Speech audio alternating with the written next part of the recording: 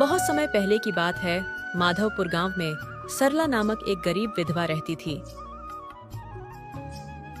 उसका एक पुत्र था। वह इतनी गरीब थी कि घर में 4 बर्तन भी ढंग के नहीं थी। लड़का अभी छोटा था। सरला ने बड़े प्यार से उसका नाम वीर सिंह रखा था। मगर वह इतना बदनसीब था कि उसके पैदा होने के कुछ समय बाद ही एक बीमारी से उसके पिता की मृत्यु हो गई। सरला घरों में चौका बर्तन आदि करके उसे पाल रही थी। उसे पक्का विश्वास था कि वीर सिंह बड़ा होकर उसके सारे संकट दूर कर देगा और उसका बुढ़ापा चैन से गुजरेगा। इसी आस में रात दिन मेहनत करके वह अपने बेटे को पाल रही थी। वीर सिंह था तो छोटा, किंतु समझदार बहुत था। संयम और धीरज की उसमें कमी न थी। किसी भी बात को गहराई तक जानने की उसमें प्रबल उत्सुकता रहती थी। एक दिन उसने अपनी माँ से पूछा, माँ, हम इतने गरीब क्यों हैं? यह सब तो ईश्वर की मर्जी है बेटे। दुखी स्वर में सरला ने कहा। सब नसीब की बात है। मगर वीर सिंह यह उत्तर पाकर संतुष्ट नहीं हुआ। वह बोला, ईश्वर की ऐसी मर्जी क्यों है? बेटा, यह तो ईश्वर ही जाने। अगर ईश्वर ही जाने तो ठीक है। मैं ईश्वर से ही पूछूंगा कि हम इतने गरीब क्यों हैं। बताओ माँ, बताओ कि ईश्वर कहाँ मिलेगा। सरला तो वैसे ही परेशान रहती थी।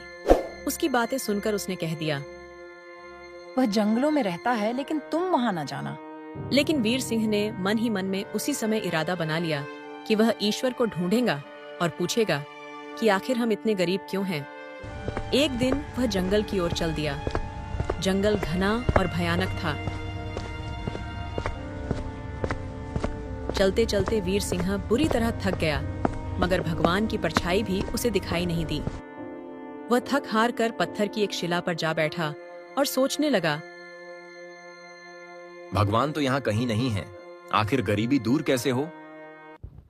तभी संयोगवश मृत्युलोक का भ्रमण करते करते शिव पार्वती उधर ही आ निकले। उन्होंने बच्चे को वहां बैठे देखा तो उन्हें बड़ा अचरज हुआ कि यह अबोध बालक इस बीहड़ जंगल में बैठा क्या कर रहा है। भगवान शिव ने बालक से पूछा, तुम कौन हो बालक, और इस जंगल में बैठे क्या कर रहे हो? मैं ईश्वर को ढूंढ रहा हूँ।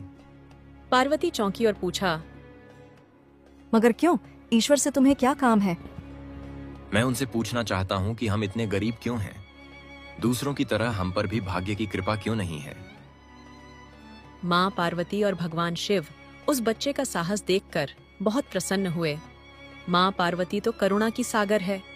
उन्हें उस बच्चे पर बड़ी दया आई और भगवान शिव से बोली, प्रभु, इस बालक का कुछ कीजिए। हम कुछ नहीं कर सकते पार्वती, क्योंकि इसके भाग्य में यही सब लिखा है। इसे ऐसा ही जीवन भोगना है। नहीं नहीं स्वामी, आपको कुछ करना ही होगा। जिद न करो पार्वती। यदि हम उसे कुछ दे भी देंगे तो वह इसके पास नहीं रुकेगा। इसे वैसा ही जीवन जीने दो जैसा भाग्यदेव चाहते हैं। नहीं प्रभु, इसकी गरीबी दूर करने के लिए आपको इस पर कृपा करनी होगी। जब माँ पार्वती जिद करने लगी तो भगवान भोले शंकर ने बच्चे को एक हार दे दिया।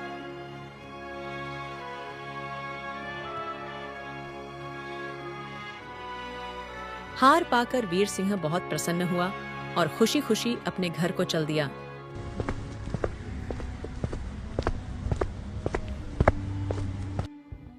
माँ पार्वती खुश थी कि उन्होंने एक बालक की मदद की और अब उसके दिन सुख से कटेंगे।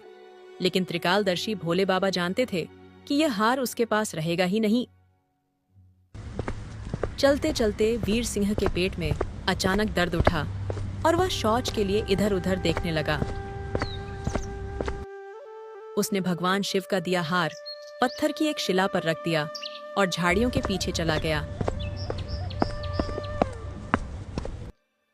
तभी एक चील कहीं से उड़ती हुई आई और उस हार को उठाकर उड़ गई।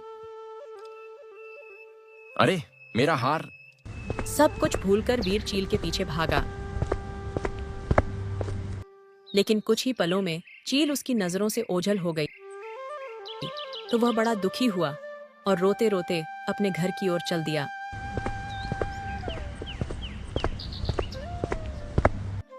घर पहुंचकर उसने माँ को सारी बात बताई, मगर सरला को उसकी बात पर बिल्कुल भी विश्वास नहीं हुआ।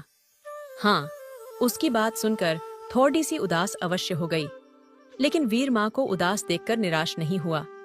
उसने मन ही मन निर्णय लिया कि वह कल फिर वहीं जाएगा और भगवान शिव पार्वती को अपनी समस्या सुनाएगा। उसका विश्वास था कि भगवान शिव उस धूर्त चील को अवश्य ही दंड देंगे।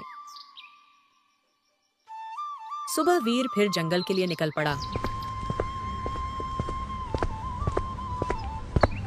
भगवान शिव ने पार्वती से कहा, देखो, उसके पास कल वाला हार नहीं रहा, उसे एक चील ले उड़ी है और दूसरा हार पाने व उस चील को दंड दिलवाने की इच्छा लिए वह लड़का आज फिर आया है। पार्वती देवी ने फिर भगवान शिव से प्रार्थना की, आप चाहे चील को दंड दें या न दें, किंतु इस लड़के की सहायता करके इसकी निर्धनता दूर करें। हम अब कुछ नहीं कर सकते देवी। लेकिन माता पार्वती के बार बार कहने पर लड़के को हीरे की एक अंगूठी दे दी।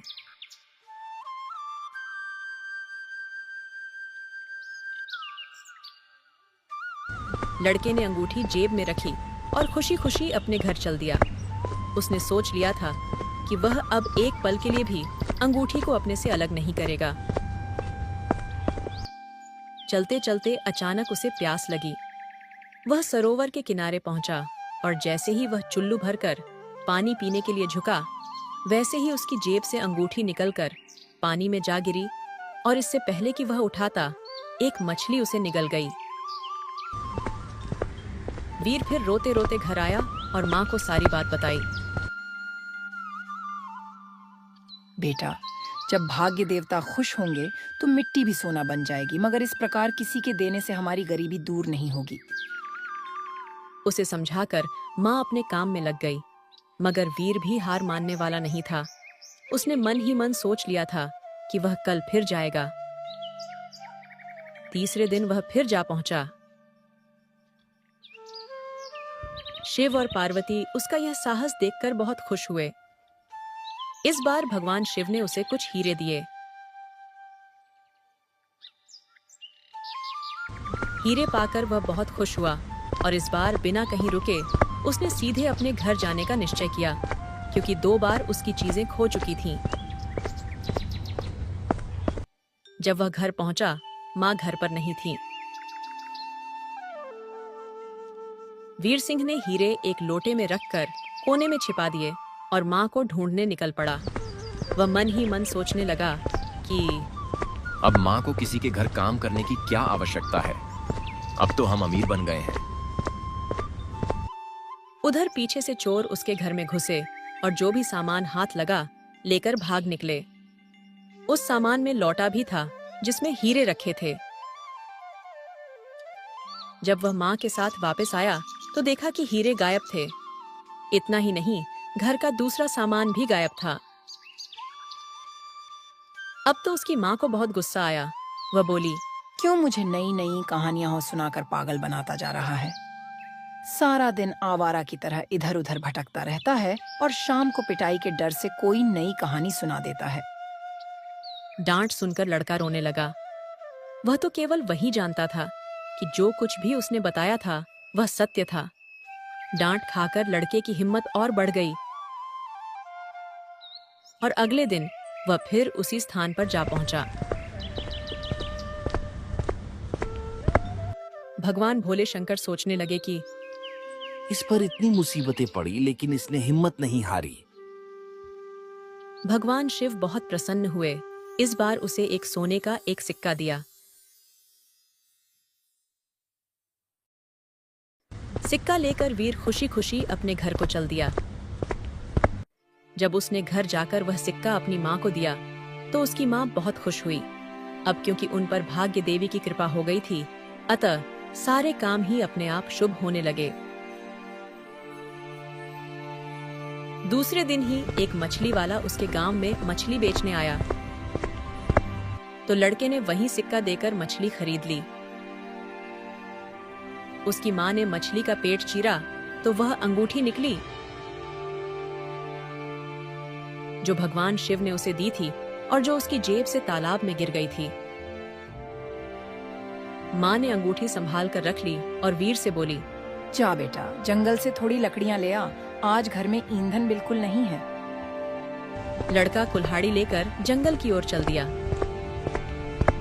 वहां जाकर जिस पेड़ पर लकड़ी काटने के लिए चढ़ा, वहां उसी चील का घोंसला था जो उसका हार उठाकर ले गई थी। लड़के ने देखा कि चील कहीं आसपास नहीं थी।